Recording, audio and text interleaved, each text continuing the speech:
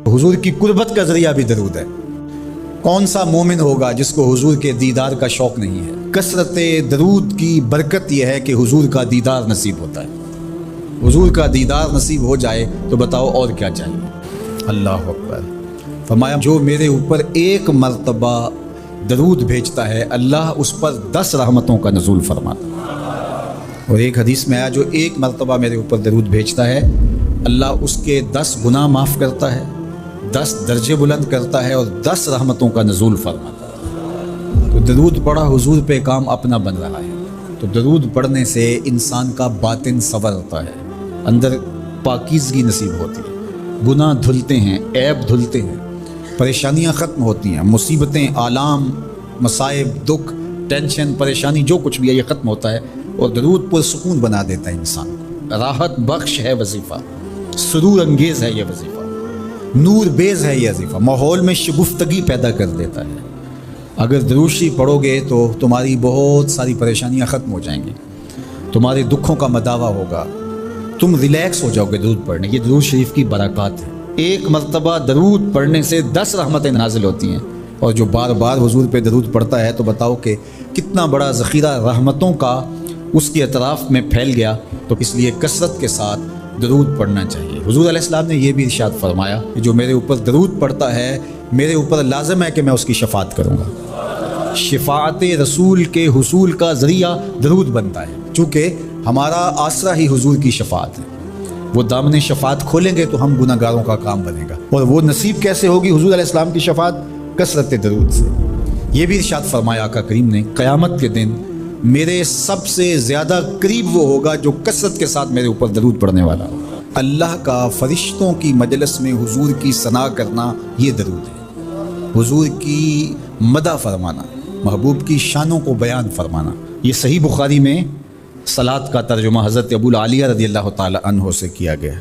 तो फिर दरूद का मफ़हूम बहुत वसी है। हुजूर की मदह व तौसीफ़, हुजूर के हुस्न का बयान, हुजूर के ख़साइल का उन्वान, आका करीम के शमाइल का तज़किरा, हुजूर अलैहिस्सलाम के फ़ज़ाइल की बातें, हुजूर की अज़मतों का उन्वान, ये सब कुछ दरूद के ज़ुमरे में आता है। और फिर साथ सीगा भी दरूद का हो और उसमें शानें भी हुजूर की हों, जिस तरह दरूद ताज में है। तो उसमें हुजूर पर दरूद भी भेजा गया और साथ हुजूर की अज़मतों को भी बयान किया गया। तो ये एक ख़ूबसूरत गुलदस्ता बन गया।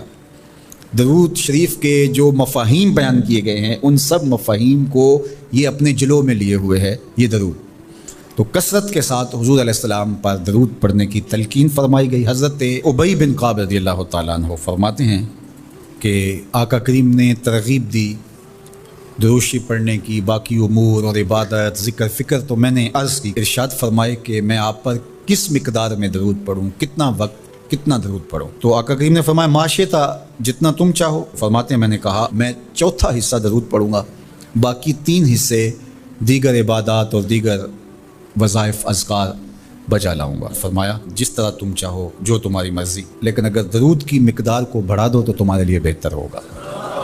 तो मैंने कहा अन्निस्फ़ा, मैं आधा वक्त दरूद पढ़ा करूँगा और बाकी चीज़ें बाकी आधे वक्त में करूँगा। फरमाया जिस तरह तुम चाहो, लेकिन अगर दरूद की मिक़दार को बढ़ा दो तो तुम्हारे लिए बेहतर होगा। मैंने कहा कि हुज़ूर मैं 2 हिस्से दरूद पढ़ूँगा और 1 हिस्सा बाकी वज़ाइफ़ औरात बजा लाऊँगा। फरमाया जैसे तुम्हारा दिल चाहे, लेकिन अगर तुम दरूद की मिक़दार को बढ़ा दो तो तुम्हारे लिए बेहतर होगा। फरमाते हैं मैंने कहा हुज़ूर मैं पढ़ूँगा ही दरूद, सारा वक्त मैं आप पे दरूद ही पढ़ता रहूँगा। फरमाया फिर तुम्हारे सारे दुख, तकलीफ़, अज़ियतें, परेशानियाँ, उसके लिए ये दरूद किफ़ायत करेगा और तुम्हारे गुनाहों की मग़फ़िरत फ़रमा दी जाएगी।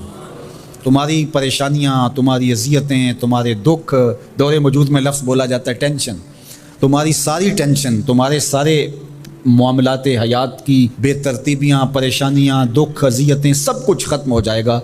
दरूद सब दर्दों का मदावा हो जाएगा, सब दुखों का इलाज हो जाएगा, सब परेशानियों का हल होगा, सब मुसीबतों का मदावा बन जाएगा और साथ साथ तुम्हारे गुनाह भी बख्श दिए जाएंगे। तो दरूद जितनी कसरत के साथ पढ़ा जाए अल्लाह की उतनी ही रहमतें नाजिल होती हैं।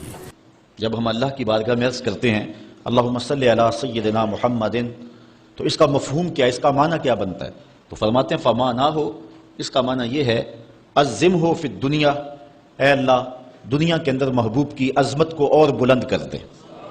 कैसे बुलंद कर दे? बे इलाए ज़िक्र ही, کہ محبوب کے ذکر کو علو اور مرتبت اور شان و شوکت عطا کر دے، وَإِظْهَارِ دَعْوَتِهِ اور حضور کی دعوت کو پھیلا دے اور پوری دنیا پہ غالب کر دے، وَإِبْقَاءِ شَرِيعَتِهِ اور حضور کی شریعت کو دوام بخش دے، وَفِي الْآخِرَةِ بِتَشْفِيعِهِ فِي أُمَّتِهِ اور آخرت کے اندر اس کا وہی مفہوم جو علامہ آلوسی بغدادی نے کیا کہ حضور علیہ السلام کو جو حق شفاعت دیا جائے گا، اس کے لیے اللہ سے دعا مانگنا۔ اور حضور نے خود ارشاد فرمایا کہ میرے لیے وسیلے کی دعا مانگو۔